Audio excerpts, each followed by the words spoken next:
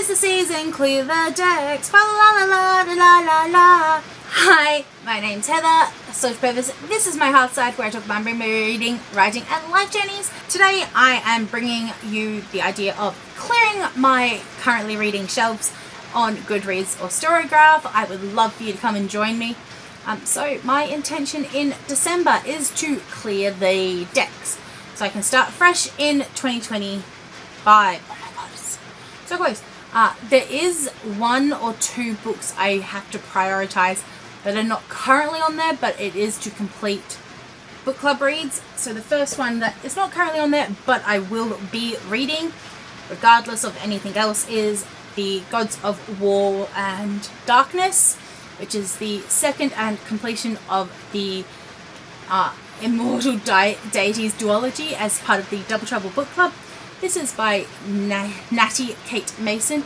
So we are following our two malicious and power-hungry goddesses as they lay siege to the lands of the gods and take themselves out of the underrealms and thankless roles that they were cast into by the previous rulers. It is a very good new adult series duology by a indie author here in Western Australia. So if you're looking for a fun sort of gory dark fantasy with a bit of spice in it, I recommend you pick it up.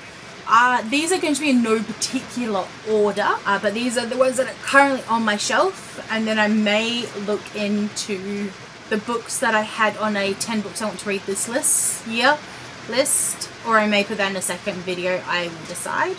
The next one I have is the completion of the Souls trilogy by Madeline Tafu. This is the beautiful conclusion, The Queen's Faith. I started this in October. I'm about 150 pages in. I just don't think I'm going to get to it by the end of November. So, because it is like over 600 pages. Yeah, it's like 670 pages. I don't read physically that fast. So we are, in this one, we are following Talium as they play a deadly game and there is a final battle on the horizon. And she is hell-bent on there is no line she will not cross, no bargain she will not strike to drag his soul to the underrealm. So this is a epic dark fantasy by a small spec fiction publisher here in Western Australia as well. Madeline is amazing, beautiful, talented, and if you love badass, completely morally grey female characters, check it out. It is amazing. They all have beautiful covers like this. The next physical book I have, which is on my lovely bedside table, I'm only 20 pages into it. I think it's because I keep picking up other things or I read my Kindle at night. Is Immortal Dark by Tigger Grims. And I was lucky enough to pick up the deluxe edition, so it has like the beautiful like sprayed edges and stuff, which is a dark academia bully romance with vampires in it. But as I said, I'm about 20 pages into it, so that is probably lower on my priorities.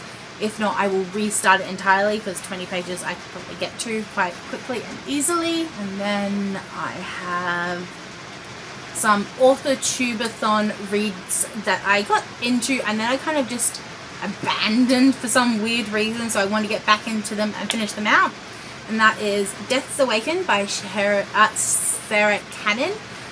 This is like witches that have come through like a portal into our world, and there is like a plague or a pandemic happening in it. It's quite interesting. It was literally, I just put it down or I got distracted by a pretty new thing to read on my Kindle. And I also have started Katie Wismer's The Marionette series, which is the first book in the Marionettes, which is witches, vampires, dark academia, trials, sexiness. So they're quite good. I do want to support fellow authortubers and their books. I then also have to get to The Cursed Witch by R.L. Perez. I picked this up for Mystic Falls-a-thon or Mistathon. that was put together by Nell Diamond as a competitive readathon.